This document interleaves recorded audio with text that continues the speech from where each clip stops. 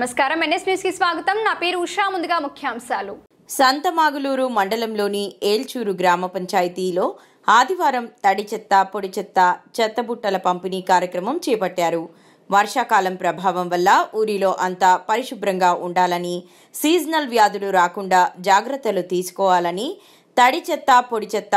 డబ్బాలు పంపిణీ చేశారు ఈ కార్యక్రమంలో గ్రామ టీడీపీ నాయకులు దుద్యాల చిన్నగాలయ్య